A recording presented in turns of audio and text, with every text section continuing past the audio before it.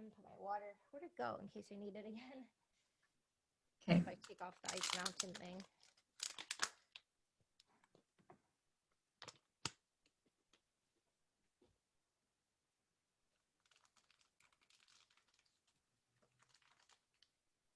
Right.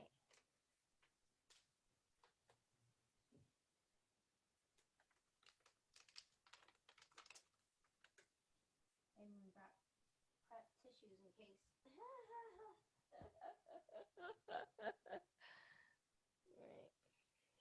Right. Ready? Yes, yes.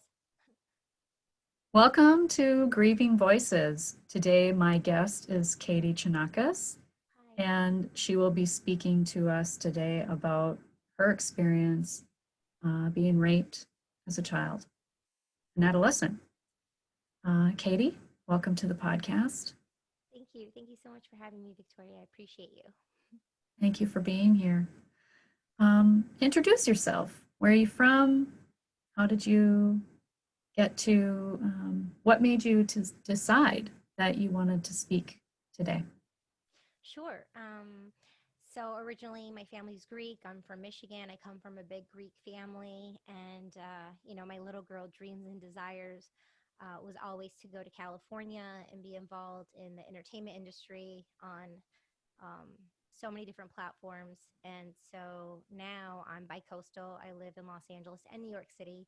And because of what's happening in the world right now, we can literally be anywhere in the world. So I've actually, I drove home to Detroit and I'm here now for a little while. And I've been reflecting. And it's wild because right now we're in 2020.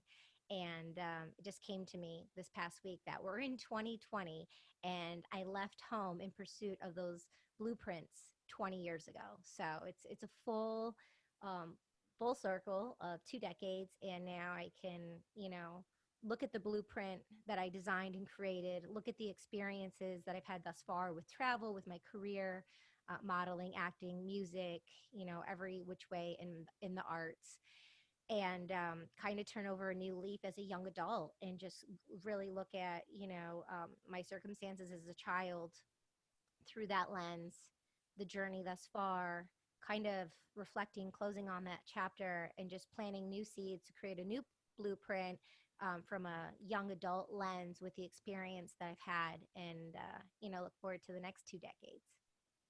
I love how you describe that Thank you. new blueprint. Yeah. Yeah, new So, blueprint. yeah, would you take us back to the first blueprint? Sure, sure. Um, well, thank you for holding the space and having me on to share. I've been in isolation about it for so many years, and I've been in isolation a lot of times. And I listened to some of your podcast episodes, and I love the 6 myths. And one is, when you cry, to go isolate or go to a closet or go to your room and do it alone. And we're taught these things and yeah, I feel like I was that as well, like go to your room, or if you're your baby, or go to your room, and or you're grounded, like you're crying, it's like go to your room. And it's like even now it's like if I'm crying, it's like you're almost da da da, like you're crying. It's like, did God put an age on crying? Mm. I'm an empath. I'm an artist. I'm very sensitive. And yeah, so anyhow, um my experience was um, I was 14 years old and I was in high school. I was a freshman in high school and I was on the cross country team and I was at a public school, a great, you know, public school. And and basically I had cross country practice. And when we had cross country practice, the boys' locker room was to the left and the girls' locker room was on the right. And we, we had practice at the same time. So when we went out to run, the boys were, on the football field warming up, and we would be going for our warm up and we would do our run and we would come back. And when we were coming back, the boys would be finishing up, and then we'd all be in our lockers. And then after you change and take a shower and everything, we kind of all got out at the same time, and there were the side doors to be picked up from their parents, or walk home, or ride a bike, or however you come and go from school, right? And there was this one boy, and he fancied me, and it was at the beginning of freshman year. And there was like cutesy stuff back and forth. You're 14 years old, and you're like, and you're getting attention from a boy, and he's hot, and he's like maybe the captain of the football team, or in my mind he was, or that's the fantasy of it, right? Or I don't know. And he walked me to my locker, like walked me to my locker to get something like a book or something that I needed to take home. But it was, to spend the moment, spend the time in a safe space at a public school, right? Just to go to your locker, to go through the school, to get to the locker. And then I close the locker door, and he puts his varsity jacket on me. And he looked at me, and he, asked me to be his girl. Like, he wanted me to be his girl now, right? And I was just like, he was taller than me. I was looking up at him, and I felt special. You feel that feeling. And so we're walking back, and the bathroom, before we pass all the trophies in the lunchroom to get back to the lockers, he pushed me into the girls' bathroom. He pushed me into the girls' bathroom, and like he just started like like kissing me and groping me, and I'm like whoa, and I'm just kind of like like kissing him and going with it, and I'm just like okay. And then like it's like it happened so fast. It was just like a couple seconds, and then he like pushes me to um the handicap bathroom, to the last stall, which was the biggest stall, which was the handicap bathroom. And sidebar, I feel like that's caused a lot of psychological mental trauma on my mind that we can discuss later if we come back around to it. But he basically just like pushes me on the ground, and like starts um obviously like just doing what he needs to do really quick. And I mean, kids move fast, so it was like a fast thing. And I'm like no, and I'm like no, and I'm like pushing, and he's like big, and he's a football player, right? And he's like bigger than me, so I'm like pushing him off me, and I'm just like no, and my head is like hitting the concrete on the on the wall.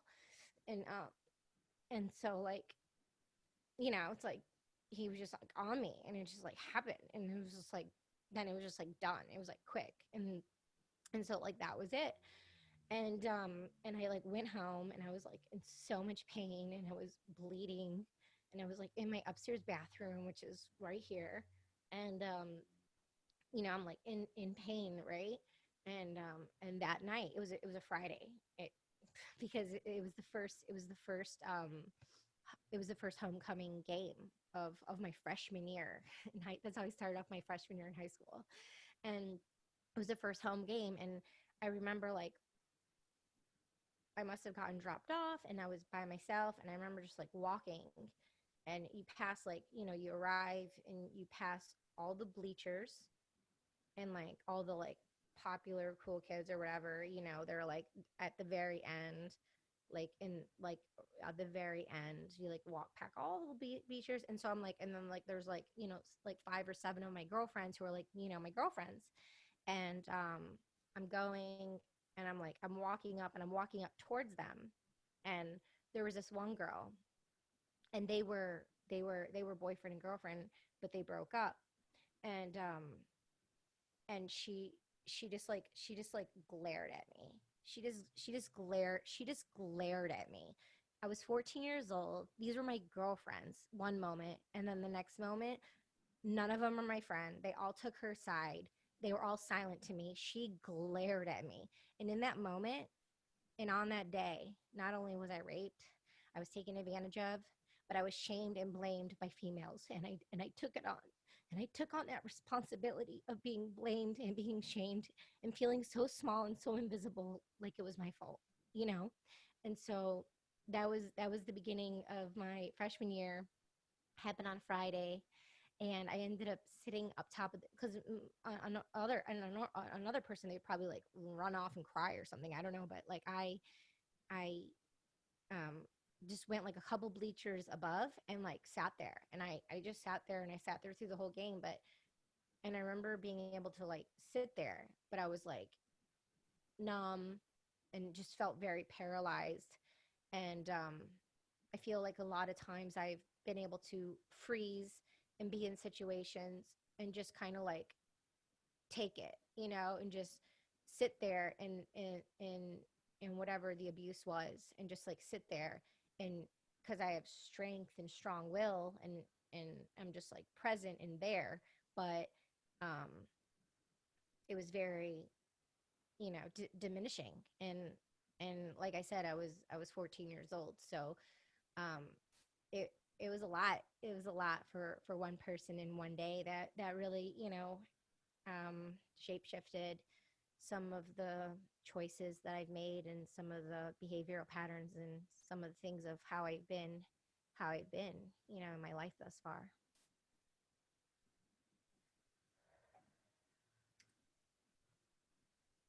I'm so sorry that happened to you. Me too.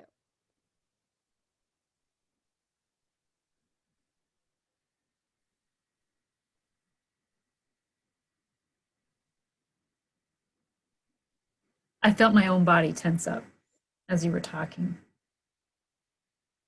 Um, I have my own stories, but this one is about yours.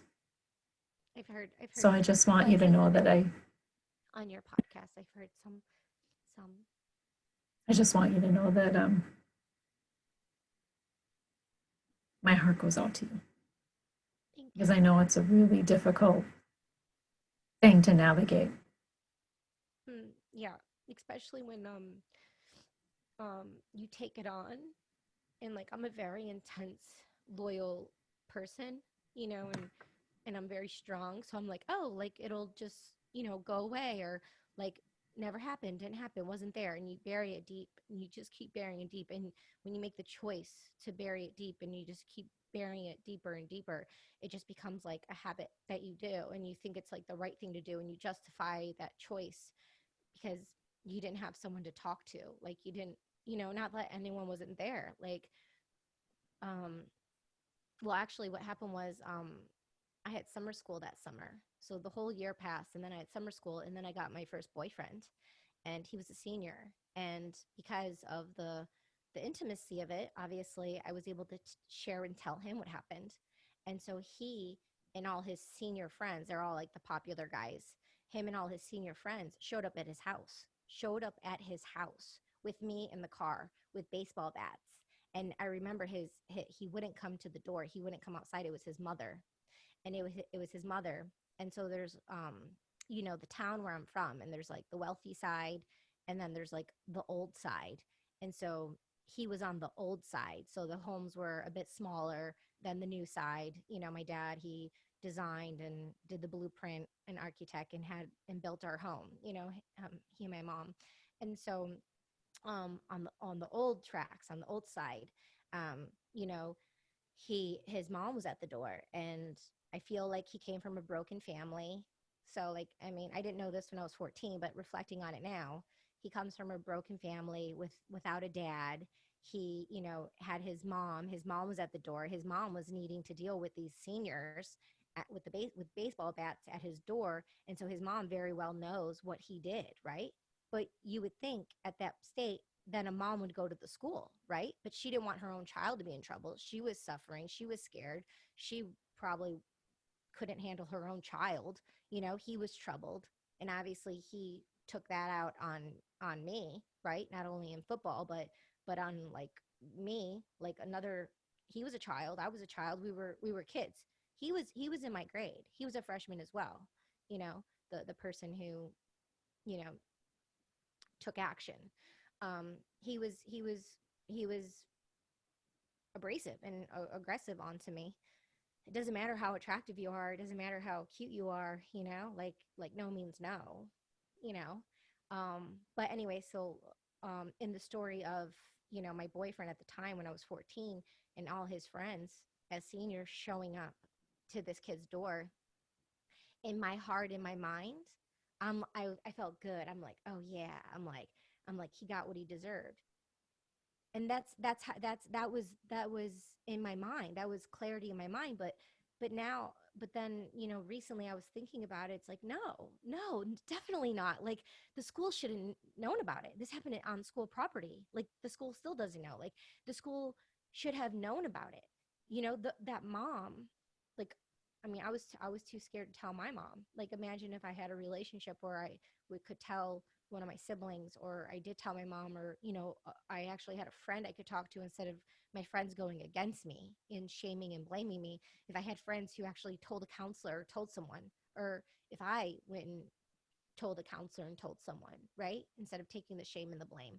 But like, this conclusion of, oh, like, he got what he deserved, and there was victory because my boyfriend at the time, came in and, like, went to bat for me, and like put him in his place, was also very adolescent. It was very, it was childlike behavior. And that mom, a healthy, functional, ethical mom, right or wrong, I feel should have went to the school, you know. Um, but like I said, obviously she didn't want her own child to get in trouble and for it, so that didn't happen. And so he knew what he did was wrong, because I'm sure his mom has given him crap for it over the years.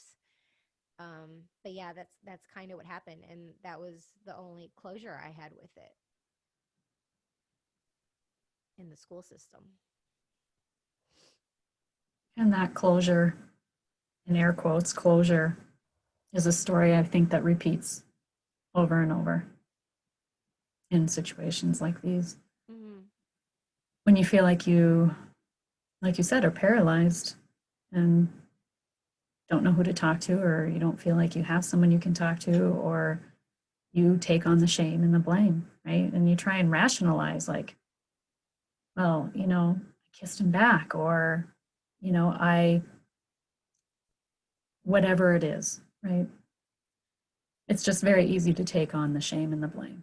Mm-hmm. Um, and so, fast forward, how did that experience shape you? And Well, once you left Detroit and started to start a new chapter?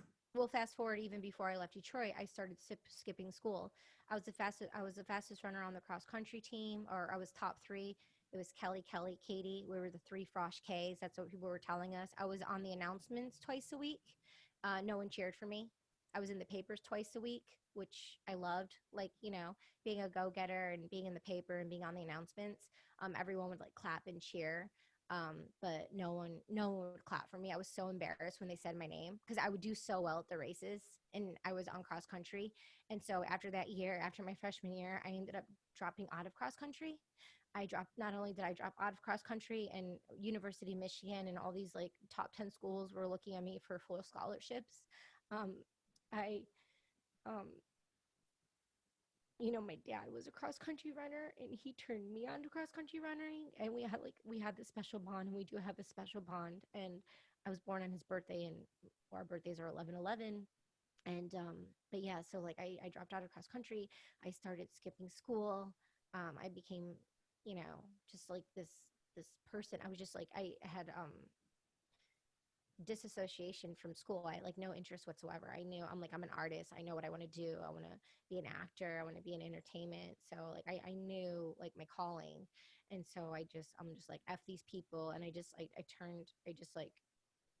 turned off school. I just decided just to like turn it off and just like go numb. Um, I would like act out. I would get sent out of my class. I would get sent out of one of my classes, and in like third period or something, and this teacher, just because like they didn't want to deal with me, I would be sent to this room where it would be people with special disabilities. And so it was like this handicapped person, and this other person who was like a big bully, and he like smelled really bad, and he was a bully. And I tried to bully him one time, and he like came after me, and it was so scary, and I never did again. But and I would doodle. I would just be doodling, and then I would get in trouble for drawing. So I'm like, I was always thinking like, I don't belong here. I belong in an art school. Like I don't belong here. I'd be in trouble for doodling, and I love doodling. I love art. Um So and then I actually, it was so bad that my social life at school, that I ended up leaving that school and transferring to another school in Livonia. And and I and it's funny that you say how the cycle repeats itself, because it's like the exact same thing happened in a different way. The exact same thing.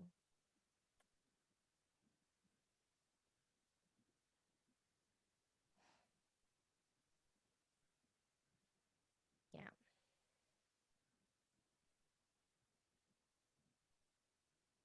And did you have support in that time too?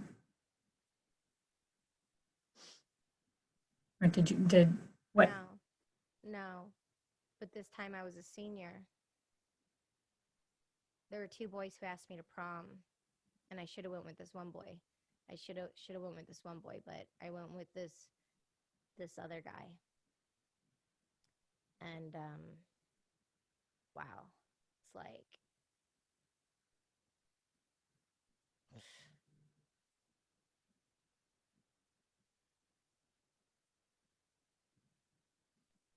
I'm so sorry, Katie.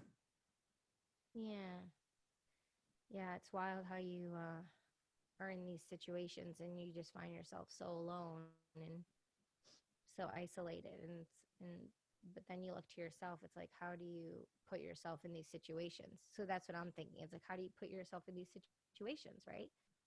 So the second time, um, it was during prom, and I literally went to prom with this kid, and he was the one getting the hotel room for like everyone to go back to party at afterwards.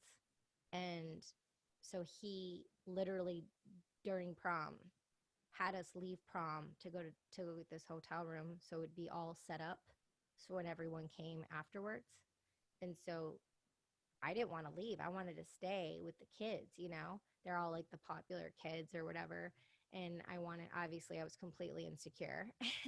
And I wanted to, stay and have a good time. And he had us leave. And he got literally the hotel room ready with the keg, too, in the bathtub full of ice. And and took advantage of me completely, and just like put himself on me and pressured me into having sex with him. And it was just like so quick. Again, it's like, when you're 17 or whatever, or 16, I was 16. It's just like, I don't know, 17. Yeah, no, it's, yeah, 17, I think. um I was always like a late starter. I started my period late. Um I was I start Everyone could drive, and I couldn't drive because my birthday's in November. So I graduated when I was 17. So like everyone else was 18, but I was 17. So maybe I was 13 actually when I was a freshman and that happened. Maybe I wasn't 14, maybe I was 13, because when I got a boyfriend I was 14. So I think I was 13 actually when it happened, because I think I was 13 in my freshman year when it happened, because it was the beginning of freshman year. So yeah, so when I was a senior, um, and it just like happened and it was like done.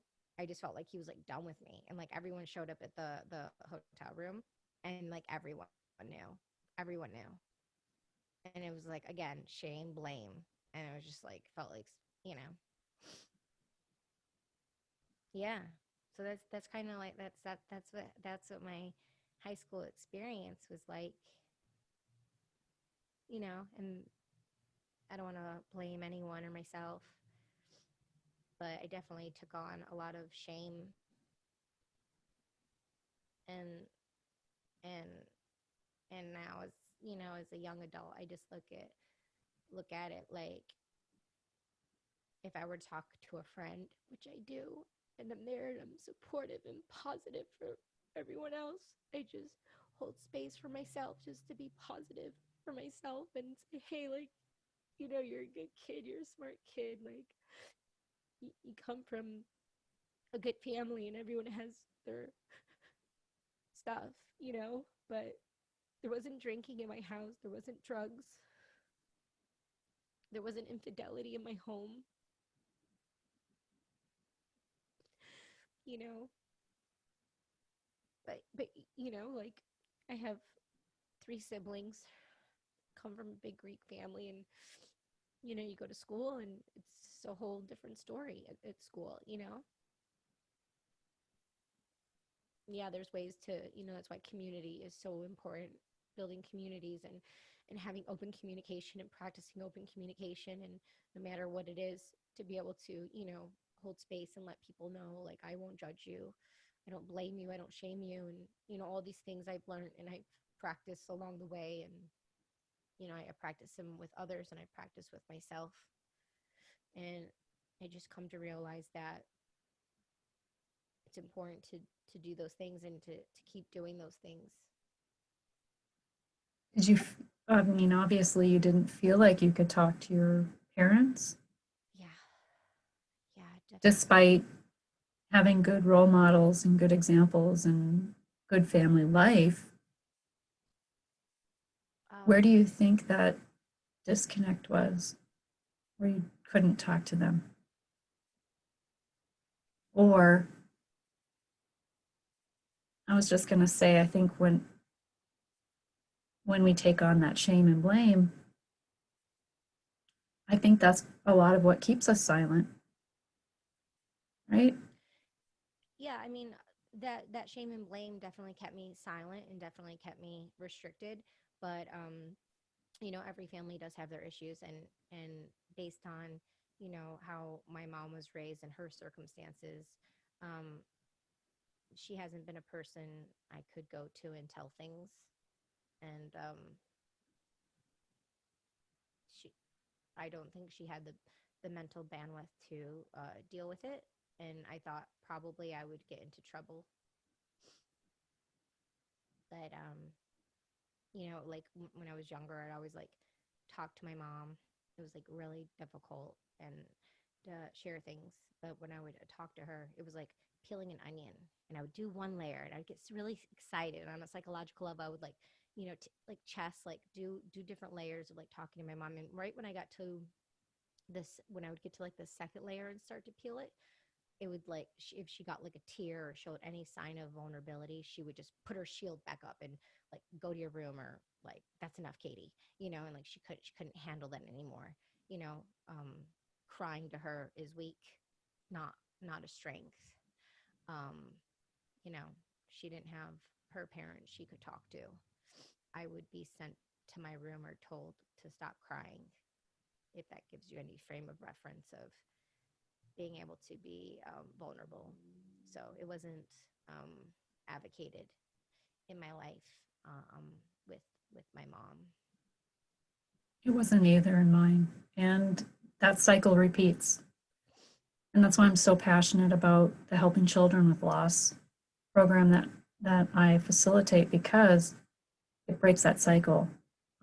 Once we learn as parents how to be a heart with ears for our kids, um, potentially could change the trajectory of their lives. Yeah, Because, had you been able to talk to your mom, or she was that safe space for you, you can't unknow it once you know it. So what are you going to do about it, right?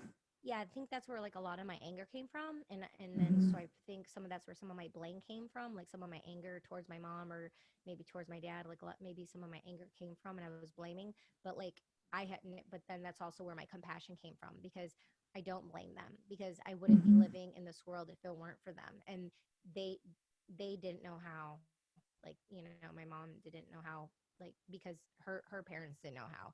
But at a very young age, I decided, I was going to put myself and my life first and appreciate this God-given life to me and fully live it and understand it as much as possible before gifting life to another. So in the sense of my career, my different individual aspects of my career, those have been my babies, and I've been nurturing them and, nurturing my life and my relationships, and those have been my babies. And then I decided I wanted to have children later on in life, so I have never been married and I don't have children, and God willing I will. But now that I've been through what I've been through and really know myself more, I feel like I'm able to break the pattern that you're talking about. and have vulnerability and compassion and open communication. And the Greeks say communication's key, like communication is key. And I was always raised going places, my mom saying, going to a family member's house or going to someone's house, oh, don't tell them anything about our family. Oh, like don't say anything. Like don't say anything. So we were always taught, like, oh, don't say this, don't say that. So it's like, you know what I mean? Like, it gives mixed messages for children. It's very, very confusing and difficult. So me, I'm just like talk, talk, talk, talk, talk, and I'm just like an open book. So it's like, but I mean, obviously there's certain things you say and don't say, but when it comes to the home, I feel like communication needs to be transparent completely. So that's really cool that you have that program. So, what, where do you go from here?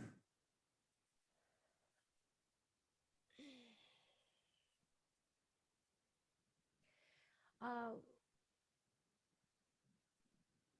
well, you're the first person I've spoken to about this on a platform, and um, it mustered up a lot of courage within me to do so. So I, where I go from here is keep taking these huge leaps and steps and speaking out loud, to be a ripple effect so other people could hear my story and learn from what I've been through and maybe identify with it.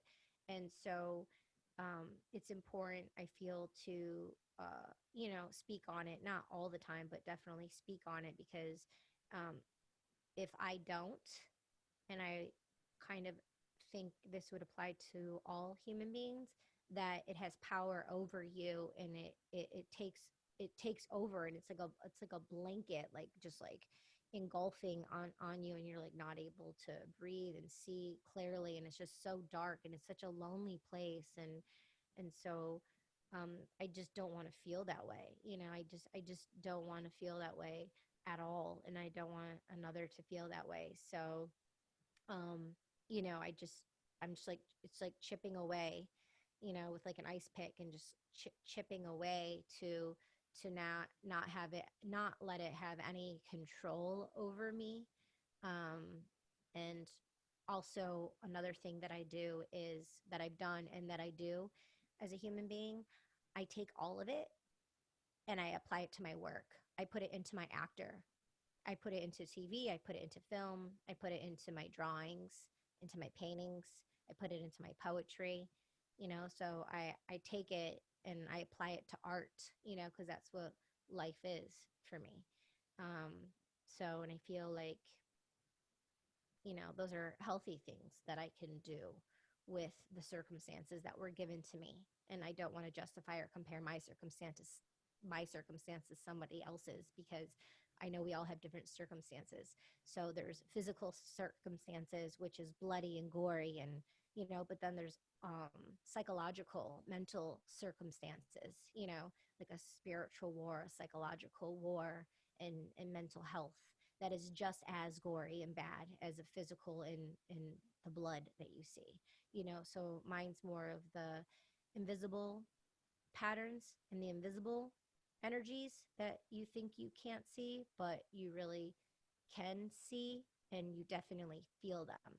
Energy is just energy and motion. So breaking down old negative patterns and calling them out, identifying with them, and replacing them with nourishment and positive patterns. It's kind It's of a a, rewiring. It's a yes. rewiring of our brains. Yeah. Exactly. Exactly. Yeah. Yeah. So it's like we have 60 to 70,000 thoughts per day. 90% of those thoughts are the same thoughts, right? So what are we thinking about? And so, like, this one thing that we're speaking on is very, very deep rooted on so many ways. So to be able to speak upon it and, apply new language, new words, new new things, I feel is ultimately the goal, right? So when you're in an ocean wave and they cycle and they circle back around and you hit that iceberg, it's not as, detrimental. hopefully we can iron out and keep forgiving and take responsibility, and hopefully it won't feel as bad or hurt as much, when you can identify, take it, and I don't want to say like polish it or make it a prettier color, because it is what it is, right?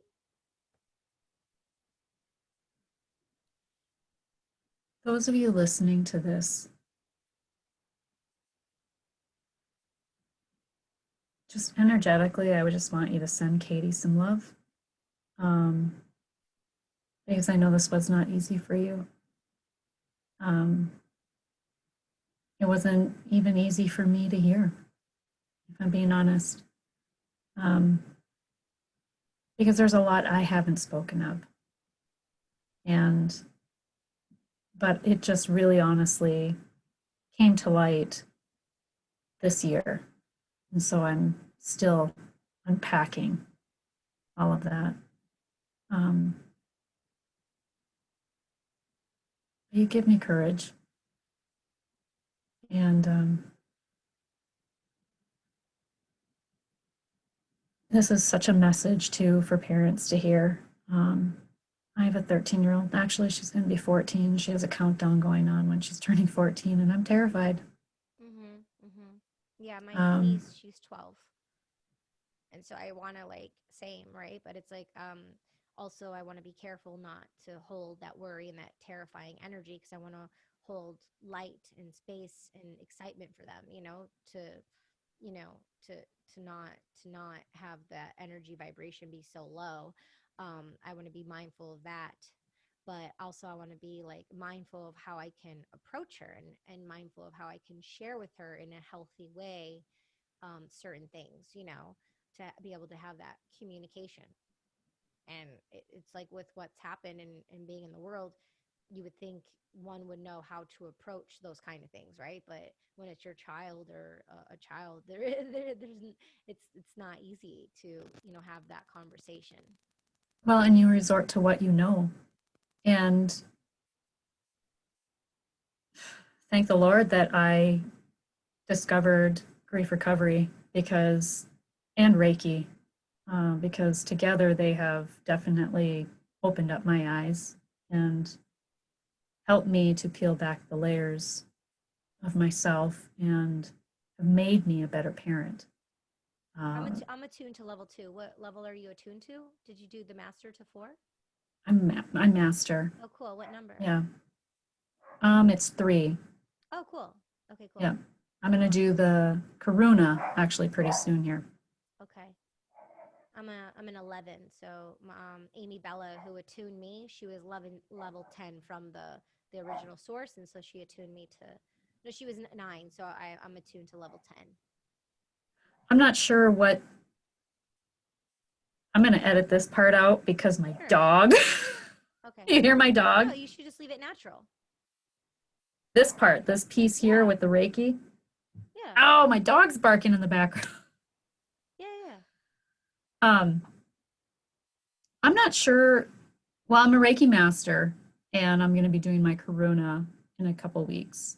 Karuna Holy Fire. Oh, I don't know what that is, but that sounds Yeah, interesting. a Sui. I'm a Sui Holy Fire Reiki master. It's the Sui lineage. I know there's several different lineages. There's many lineages, but I'm a Sui Holy Oh, Fire cool. Reiki master. Yeah, Wow, neat. First time I've heard of that. yeah, and it's changed my perspective on energy for sure. Really opened my eyes, and it's been brought me a lot of healing actually too, in conjunction with grief recovery. Um, Great. and so to circle back, with what you shared today and with the audience, and it's just so important that we recognize that when something like this were to happen, or would, or whatever, with our kids or with ourselves, we resort to what we know.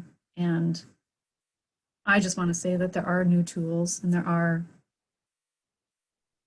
tools out there and new knowledge that we can acquire to better serve ourselves and our children and our communities and things like that. And so I'm just so grateful that I found that. Um, What are some I'm great. tips that you found useful? The new resources. It's the, yeah, and the grief recovery method Mm-hmm. itself to process, because you can utilize that for the relationship to the person who abused you. You can utilize that for the relationship that you have to your body, to yourself, to your inner child. You can utilize the method to money, actually, your relationship with money. Um, it's just very versatile, and I've applied it in many ways in my life. Um, Wonderful. How yeah, did you find the program? Google. Oh, okay, okay. And did you? Is it in North Dakota that you did the program? No, it's actually online. Okay. You can find it online, the grief recovery method. It's Hmm. online, but I got certified in the method in Austin, Texas Okay. in March Wonderful. of last year. Yeah. I've always wanted to go to Austin, Texas. I haven't been there yet. I almost went a few times for South by Southwest, but cool. It's so great that you went through the program. That's why I felt like really safe and trusting to speak with you on this topic because you've been in the program and you've how to hold space, and I just felt like it would be a really you know good safe space to be able to share you know for grieving voices. Thank you for that. Yeah, And that is my goal. That is my goal to yeah. be a heart with ears. Um,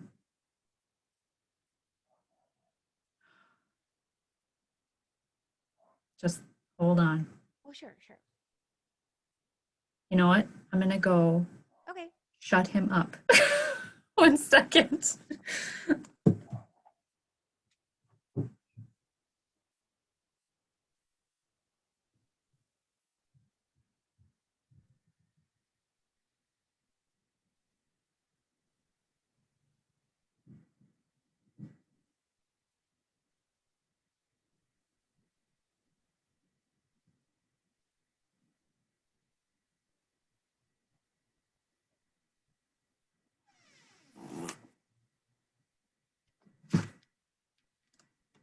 Cute, cutie. What's his name? Gizmo. Cute, very cute. I love my partner. He's naughty. Okay. Now where do we go from here? Yeah. Okay.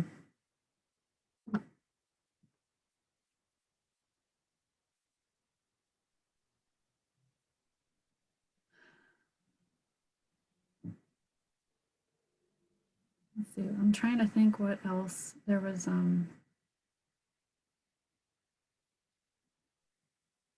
Because you kind of spoke to what you've been doing to help yourself, right? Yeah. You've been channeling it into your art. Okay. I'm going to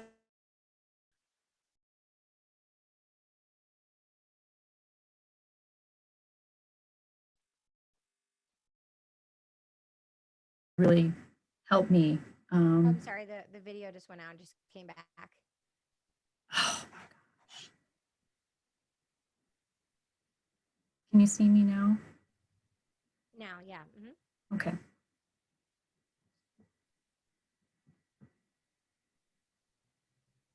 Okay. So as I mentioned, or as we talked about, I discovered the grief recovery method and Reiki that's greatly helped me peel back the layers of my trauma and grief and all of that. And you mentioned that you've been basically channeling it into your art and what you experienced into your art and the work that you do. Um, what are your goals for your art, and how do you plan now that you've kind of started to speak out about this? How do you feel about it moving forward And is advocacy something that you're interested Definitely. in? Definitely. I definitely want to be an advocate. I definitely am. I feel very raw and vulnerable. When I first identified with it, I think it was like in 2016 when I saw this film, Girl on the Edge, at the SAG Foundation in Los Angeles. When the lead actor at the end, she picked up her little rock and it said RAPE on it, it said rape on it. It really struck home with me, and I connected with the director, and I was so moved by it that I wrote an article on the Huffington Post, and actually it was so raw and real that the Huffington Post didn't publish it. I had to edit it down and make it more tailored. um, so it's published now, but I'm not sure if it's because I'm not a doctor, like a PhD to speak on this topic, or if it was just like too much at the time. But I was able to publish that article, and it felt really like, when something first happens, it's like that raw feeling where it's like really fresh, like wounded and like very vulnerable. So I felt that for a while. And it was in December, I remember. And then in May, I went to Lightning in a Bottle, and I was grieving with a healer during Lightning in a Bottle, this week music festival. Um, and he did this like ocean thing where um I put the person in the situation into an ocean bottle, and it just got smaller and smaller, and it kept going away, and I was just like, it was a huge music festival with like 15,000 people there, so I was like, rah rah, and I was like screaming and crying and just like really letting it out. And I felt like I did, and I had like a big release about it. And then 2017 happened, 18, 19, I kind of went through life, and things were still like, kind of like confusing and foggy. Um, and then the Epstein documentary came out, and I like wanted to see it, but I was hesitant to see it, and I was had the resistance. But then it was like right when 2020, during the lockdown, right when the riots were just happening, and literally it was a Thursday, and I sat down and I watched all four episodes in a row. And afterwards, I was just stone cold, like buzzing and numb. And I was up till like 6, 7 in the morning. I couldn't sleep. I was just up. And it's like all these pieces of like all these years. It was all these pieces just like came together, where I thought they like came together before, but now they came together, and it was the clearest they could ever be. It all came together, and it was like mapped out, and I just watched my choices from being 14 up until now in my life, of all the choices that I made with with um with males and male partners, and circumstances and situations and invitations. And I when the whole Me Too movement came out a few years ago, like I was noticing the way, I didn't talk to anyone about it, but I was noticing the way I was reacting to it inside. I was very like judgmental. I was very like, oh, like I was there was a voice in there. It's like, I want to share. There was a voice in there where I wanted to post something, or I wanted to do a hashtag of Me Too. But then the next thought was like, oh, those girls just want attention, or someone's just gonna think they want attention, or I don't want to be a part of this, because that's like, oh, I'm like one of the herd or one of the sheep, and I'm like, I'm judging them, I'm judging me, like, and being a part of that, I'm judging, so I'm doing a lot of judging here. And and then um and then and like it's happening, the me too things happening. It just keeps happening, it just keeps going on, and it keeps cycling back up. And I continue to stay silent, I continue to judge, I continue to say something to myself about it, and not to anyone else, but bury it deep down. And because I'm like, because I disassociate, I'm like, oh, that's not me. Like, I justified, oh, that's not me, that's them, that's not me, right? That was the justification for it. And then I saw this Epstein documentary, and I watched it. And the first woman and her sister, from their experience, and they went to the police and the FBI and said something off of that experience, I was like, holy crap, this is like nothing compared to what I've seen and what I've been through. I'm like, if this person's saying it, like, how unhealthy am I? How unhealthy is this situation that I've been justifying? Because if this is a this small of a situation, but they win, you know, I was like, oh my god. And then I went on to watch, you know, the four series, the documentary, and looking and hearing all these other girl stories.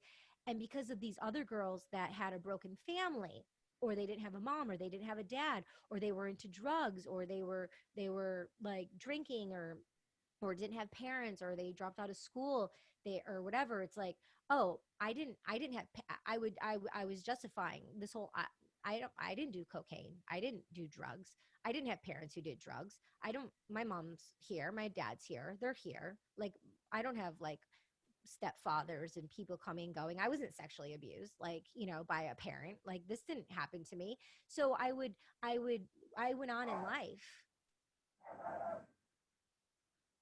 I, I went on in life and I would be on these private yachts in the south of France. I would be, you know, with these multimillionaires and multi-billionaires, and I would be going, you know, I would be having lunches and dinners, and, you know, like I'm like, oh, you know, they would tell me how smart I am and how pretty I am. They would tell me how gorgeous I was and how smart I was, and I felt so special. And I'm like, yeah, obviously, duh, of course I'm beautiful, of course I'm gorgeous, of course you want to be around me because I'm all this and that. Although I'm not going to have sex with you, I'm not going to let you touch me, I'm not going to do anything with you, but I'll allow you to buy me dinner. I'll allow you to buy me lunch. I'll accept the invitation to go on a private jet and to go on yachts and to have these experiences all over the world. And I'm the one getting away with it. I'm the one, you know, having a good old time on your dime. And I'm seeing the world and I'm doing all these like cool things, but you're not, you're extending an invitation to me, but you're not, I'm not sleeping with you. I'm not sleeping in the same bed with you. I have my own bedroom. So I would justify, I'd be like, but then you're watching the documentary and they're telling the girls how special they are, how smart they are. But then they take it to the next level and they abuse them sexually, but I justified it. I'm like, oh, that's not me because I don't allow them to touch me. But no, that, you know what, I am in the same situation. I am the same. It is me too. I am in the same category because these girls who are, you know, doing the drugs or, you know, doing the whatever they want, the sexual stuff that I'm not doing, um I'm just like one of the girls. I'm just one of the pretty girls where it's like they just, you know, some of them, they just like to have like, you know, 5 to 10 girls around, right? They just like to have like all these eye candies around. And so for them, even though what's them paying for a meal or paying for a flight or having me go here or there, they just like having the entourage of females around, right? Not that I went to like too many things where there's like entourages of females, but I have been in situations where there's been, you know, more than one girl there. And although I wasn't doing anything and they were, I felt like, oh, I was like scheming them or I got away. But no, I was under the victim umbrella and I was justifying my own circumstances under that umbrella. And I was like, oh my God, that's so unhealthy. And by seeing that documentary Epstein, I was like, oh, I am Me Too. It is a Me Too thing. And I felt like the shackles come off. I felt the shield come down, you know? And I had a lot of deep sadness for myself. I had a lot of deep sadness for myself because this whole entire time, you know, growing up in California and being around all these different um, people and events and parties in LA and New York and Paris and London and around the world. Um, and it wasn't all of that, but it was in there. It wasn't all that, but it was intertwined. It was interwoven, you know. And I kept this like thread. It was like this thread through my life. And I know we all have different threads we carry around, but this one thread I feel stems from that experience from when I was 14, you know. And I took on the shame, I took on the blame, I took on the pressure, I took on those things. I took on those things, although I protected myself and I'm, you know, one with God and I have my faith and my morals and my values. And I wanted to experience, you know, all these materialistic, fantasizing, fun things without the cost of giving up my sexual identity, right? And also being taken advantage of. I was already closed off. Like no one could get past there. I was like closed off. Like it's not happening, you know?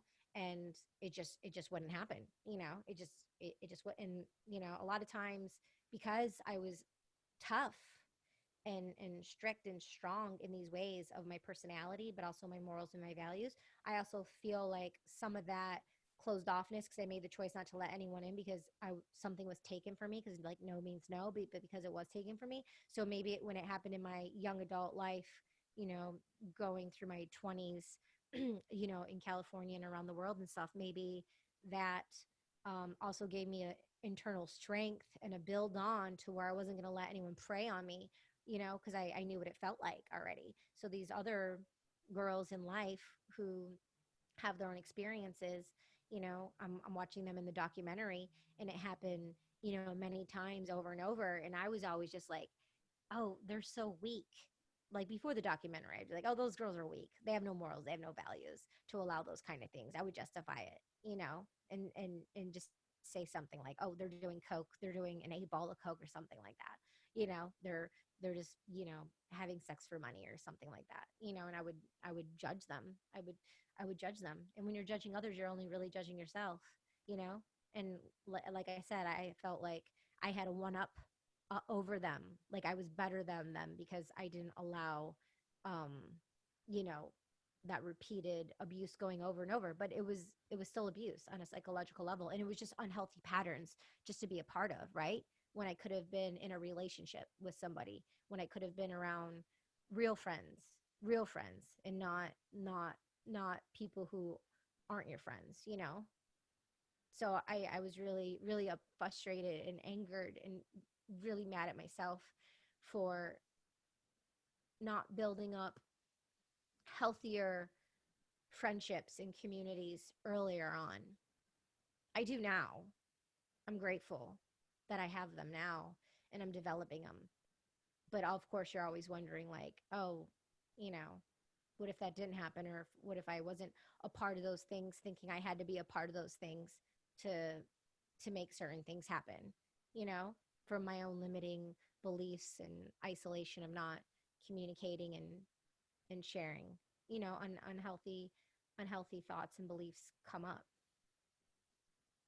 Well, and the one thing that when with you sharing that, what came up for me is I remember back to when you said when you first saw your girlfriends after that happened, and they pretty much just dismissed you and shamed you and judged you and kind of cut you off, right? And Yep. so these girls then later in life, it's get them before they can get me. Well, also, growing up, my mom, she really did coax us with, like how beautiful we were, how she was very nurturing with like taking care of our hygiene and using lotions and taking care of our bodily temples. And so I always grew up knowing I was beautiful, like, and my sister was gorgeous too, and she is. And so I went to school thinking like I was complimenting all these girls, and I was like, oh, you're so gorgeous, you're so pretty, like I love your hair, I love your eyes. And I would always be very complimentary of what like someone was wearing or how they looked or something like that, just because it's like in my friendly nature personality. But I thought everyone was beautiful, like the back, like your hand, like, you have a front and a back. Like I just thought everyone was gorgeous. Like that's how I was trained, that's how I was taught growing up. And so a lot of times, um girls, they're so insecure, and with my like voice and my bold personality, they would I guess I would make them feel small or insecure because they would shy away from me, or maybe they thought like I was being fake about it, or maybe they didn't think I was being authentic, right? And so sometimes I had girlfriends, but then as soon as they got a boyfriend, they would stop being my friend. So it was like, I a lot of times when girls had a boyfriend, they wouldn't be friends with me. And I remember some of my teachers, this one teacher, when I was a freshman in college, I ended up getting a full scholarship for cross country running. But when I stopped running and then came back to it, it was like the comeback queen. But that's another story if you want to hear about it. But I ended up getting back into running, because of my dad, and I went for it. And I remember one of my teachers, she sat me down and she said, "Listen, like you're so beautiful. You're so attractive. And she's like, and you're smart. And, with my voice, she said, she sat me down and told me that a lot of girls are going to be jealous of me. A lot of girls are going to be the way that they were because she saw how they were in school to me. They were so mean to me. They were so mean to me. So, in addition to being taken advantage of, and having my virginity taken away from me without my consent, in addition to all that, with the blame and the shame, with also just like being like a beautiful human being. The kids are very cruel. So then it's a lot, right? It's like there's this layer and this layer, and there's this situation, and then when they all come together, how do you spread it out to know what is what? It's a lot. It's definitely a lot. And I remember growing up in entertainment. One of my best friends, he's so cool, Jay Logan Horn. He took me to his friend's birthday dinner, and I knew about his one friend, and I really like idolized her and I admired her. And it was her birthday, and he brought me to dinner with her. And her name's Jessica Stam. She's gorgeous. She's from Canada, and she's a beautiful model. And we went to this dinner, and she's younger than me, but the way she was with me, she was so graceful and kind, and she looked at me as her equal, and like she was like edgy and cool, and we became like friends instantly, and we've been friends ever since. And she's younger than me, and she's quote unquote more successful than me, right? I mean, success is, measured, right? So, but in my eyes of wanting a role model, because at a young age I've always wanted role models, and for an interpersonal female feminine divine relationship, that was really important for me. I remember when I met her, and she was younger than me, and I looked up to her, and she was so, because she was so successful and like in her career, she didn't, even though I was gorgeous, and bold and loud, like she could had space to celebrate me and to honor me. And she wasn't jealous of me, and she wasn't cunning and looking down to me. And it was really nice to identify and get with someone who was who was like a mere reflection of how I was for others, right?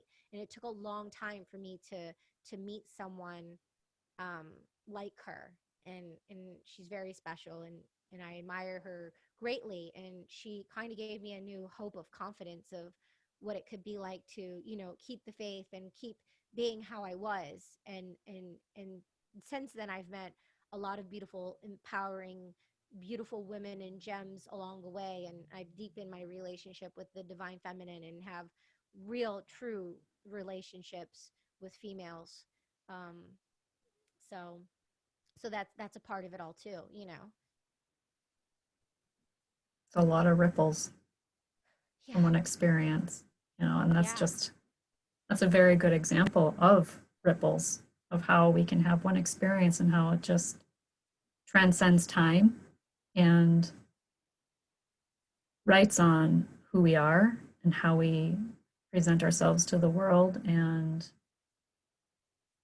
I think once we recognize and have a certain level of awareness, it's kind of rediscovering ourselves again and Yeah, having rediscovering reconnecting. ourselves. Yeah.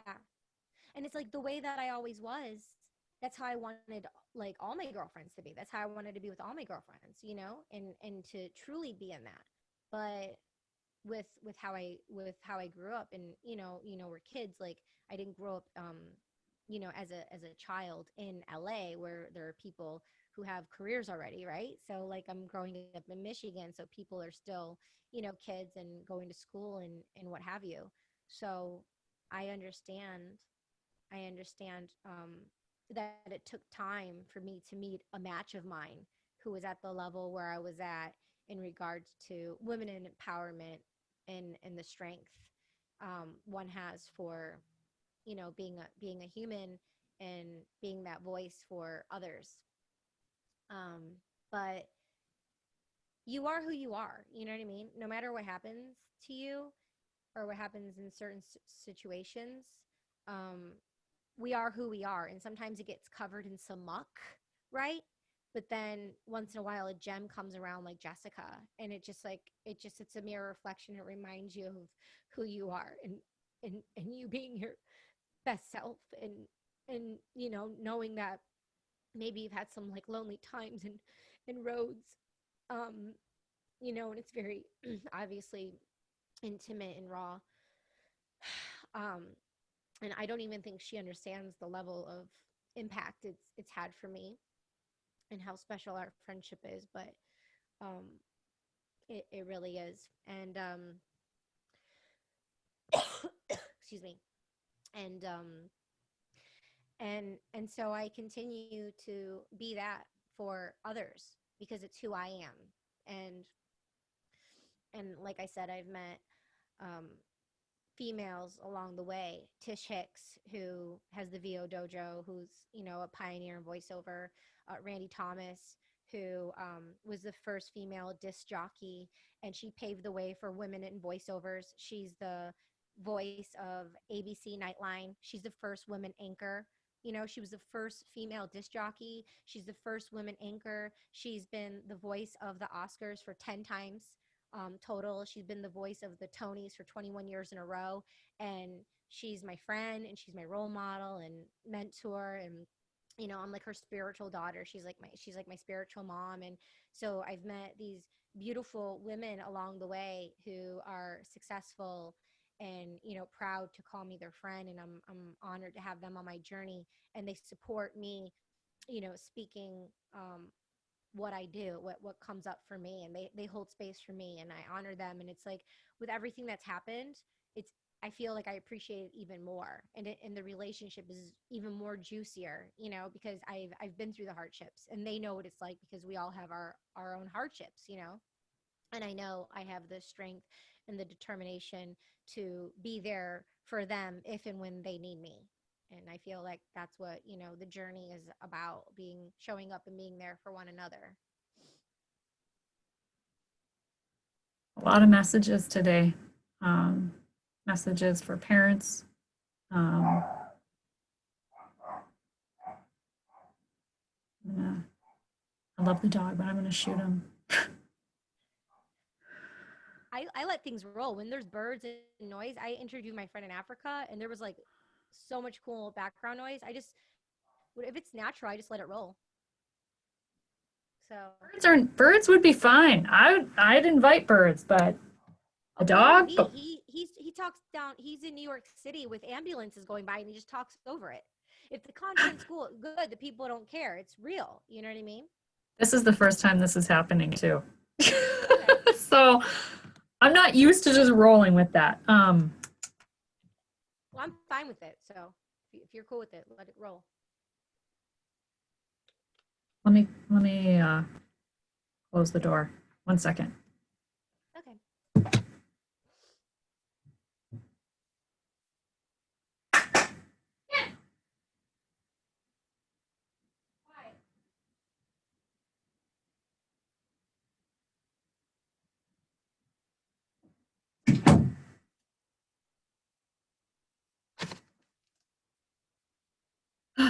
Okay.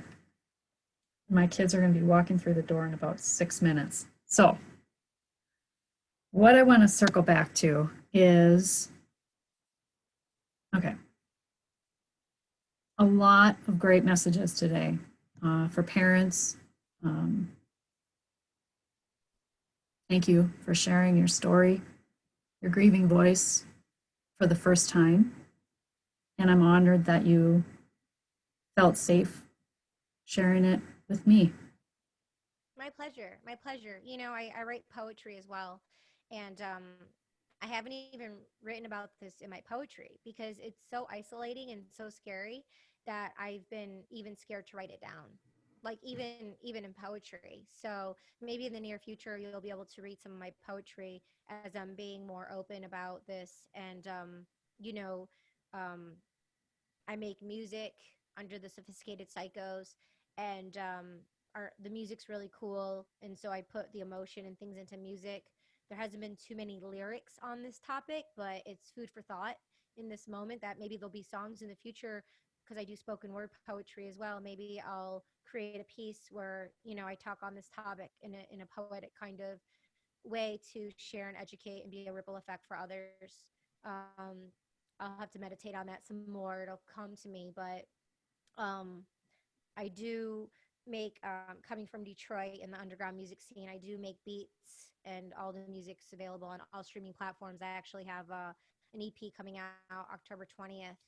It's in a few weeks here, and I leaked a couple of my own music videos on YouTube. It's on the Sophisticated Psychos YouTube page. But I actually teamed up with subtle energy. And so we put healing frequencies, we encoded healing frequencies in our music. And Eric Thompson, who owns, created Subtle Energy, sent me all these frequencies, and I could choose which frequencies I wanted on these beats that I'm releasing. And what stuck to me immediately was 639 hertz. And 639 hertz fosters forgiveness on a planetary level with what we're going through right now, and for self, and for others, and just to mend our relationships, whatever kind of relationship we've had with all these kind of relationships that we're dealing with. So I'll send it to you. I would love for you to check it out. And if your viewers want to check it out too, I'm really proud. It's something new. I feel like I'm really turning new leaves right now. So I'm really excited, that we cross paths and that we're on each other's journeys. And knowing me more, I think you'll probably understand my art more as well. Maybe you'll see it in the depths of my soul when you're seeing me on TV or film or something, that I'm not just acting, that it actually comes from a place where I've had the courage to, tap into these vulnerable moments. And, that's why actors and artists are who they are, because they're willing to go there. They're willing to go there. It's you know it's an honor. It's an honor to be able to be a vessel for everything we've talked about. That's amazing. I just love how you're channeling all of that into the work that you do, and it does. It creates ripples, and I hope that this podcast does as well. And Me too. one of the messages too that I feel I want to mention and that you shared is that it's important to find your people. Find the people that support you, that lift you up, that, like you said, hold a mirror to you of who you really are and Yeah. where you shine, Yeah. and that they Yeah. lift you up. Yeah, I love Kundalini yoga. I've really found my tribe through Kundalini all these years. Before I knew the word Kundalini yoga, before I ever practiced it, I was naturally doing Kundalini growing up. I started doing Kundalini when I was 8. I would just do it naturally by myself. I didn't even know I was doing it. Um, I was just practicing it, and so that's definitely in my tribe. I do a lot of voiceovers, and I love voiceovers because you can be as big and loud and wacky as you want, and the wackier and the louder the better, the more fun it is. Because in voiceovers, in acting, you don't want to be a bad actor and overact, but in voiceovers, they want you to go super big with the animation because they can always bring you down. But if you're going so small down like this, they don't know if they could bring you up. So it's really good to be bold and big. So I find through the VO community, I'm able to, be in a booth, and I'm able to do my work. And it's all about my choices, my intention, and how I sound, more so to what I look like. And I feel like I've done a lot of on screen acting, and I like to put it on the back seat for a while, and I was doing other things. Um, and now I'm going to get back on screen again. But when I took the time out, part of the psychological journey of taking time out and not being on camera and not being seen was a part of me hiding. And I would just be hiding because I would feel judged by people, right? Hiding the shame, hiding the blame, isolating. So I'd feel safe to be wild, loud, and crazy in a voiceover booth, but not having people look at me because I'm gorgeous, or judge me, or treat me a certain way because of how I looked or something that I've been through. So I've been acting the whole entire time. I just kind of took a back seat from being on screen for a while, just from, the pressures of life, and stuff we've talked about. But I've done a lot of soul searching and digging and things we've talked about. I created my own podcast. So if y'all want to check it out, it's called She's All Over the Place podcast. So I'm grateful to have the podcast, and I'm grateful to, have the space to take the space to sort and figure this all out, and then to share it. And yeah, so I just took new headshots, and so now I'm going to focus on getting back on TV and film. So that's very exciting. Awesome. Come out from behind the microphone, right? Yeah. And makes sense to me that you would feel like, you were made to feel small and to shush, right? Made to shush for a long time. And so it's your time to Yeah. shine. Yeah. It's like I came So, out of the gate. Okay. Go ahead. I'm sorry. no, I was just going to say, finish your thought.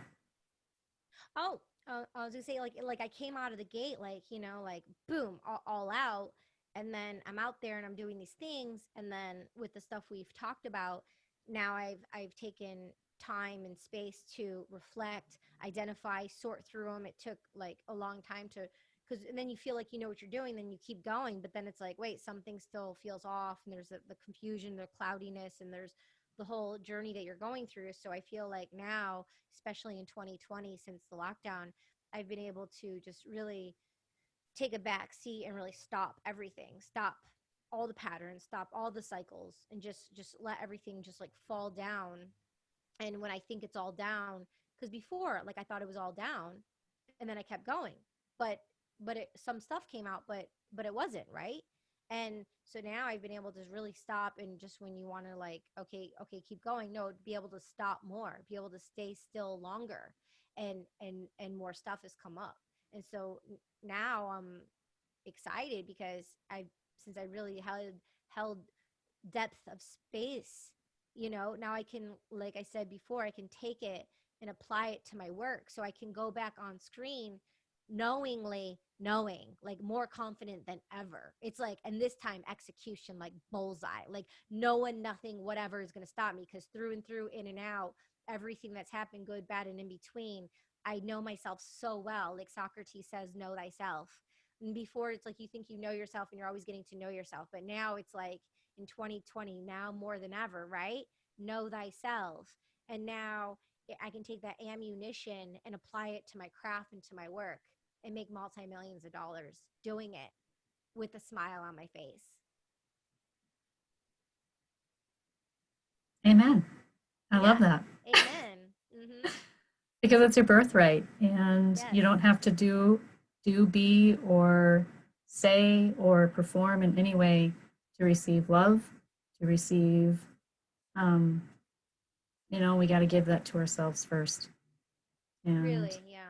I Definitely. thank you for being my guest today and for sharing all that you shared. And if people want to reach out to you, where can they find you? I know you mentioned the podcast. Yeah, she's all over the place. Um, Podcast, subscribe. My handle is our my brand is the Sophisticated Psychos. So we're on all music streaming platforms. But people can just email me at at gmail.com, imaginekatie@gmail.com, and then I'm on all the social media handles. I just go by Chonacas, my last name. and that's Chonacas. Yeah, And I definitely. will put the links in the show notes. Yeah, my website is just chonacas.com. That's probably the best way to reach out. Everything's there. Yeah, everything we just talked about in regards to social handles and stuff is on the website. Okay. Thank you so much, Katie. My pleasure. Thank you. Thank you. Really unique experience. And I love the name Grieving Voices, and I really identified with it immediately. So it was a really good fit for us. I really appreciate you. And it was an honor to share my story here, because it's like, if not now, when, like when? It's like it's been happening for so long, and I'm not getting any younger. You know what I mean? And it's like, Mhm. really, like we're not getting any younger, right? And if we really wanted to make an impact and take action, then we need to do so. We just need to actually take action on those things. So I feel like today was a big success for both of us. Thank you. Thank you. Love that. All right, everybody. Thank you for tuning in. And like I mentioned earlier in the podcast, just send Katie some energetic love. And my grieving voice, my grieving heart goes out to you. And this is not the end. I have no doubt we will be keeping in touch. Yay, definitely. Thank you all for listening. Until next time, take care and much love.